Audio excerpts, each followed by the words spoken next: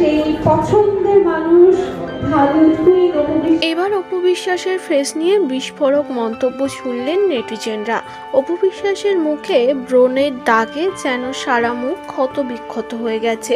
যতই মেকআপ দিয়ে ঢাকার চেষ্টা করুক না কেন, মেকআপের পরেও তার ফেসে সেই ছোট ছোট গর্তগুলো ফুটে ওঠে। প্রায় ভালো স্পষ্ট হয়ে গেছে তার মুখের ক্ষতগুলো। অভিনেত্রীর যেমন ভালোবাসার দর্শক কম নেই, তেমন তার হেটার্সদেরও অভাব নেই। প্রায় অনেক ভিডিওতেই তার এই মুখের ক্ষতগুলো প্রকাশ পায়। এবার কিছু নেটিজেন তাকে বিস্ফোরক মন্তব্যে ভরিয়েছে। কেউ লিখেছে কটকটির মতো লাগছে, কারোর আবার মন্তব্য এত মেকআপের কি দরকার, এমনিতেই তো মুখে গর্ত হয়ে গেছে। কারোর আবার মন্তব্য অভিনেত্রী অপু বিশ্বাস যাই সাজুক না কেন তাকে যেন ভালোই লাগছে না।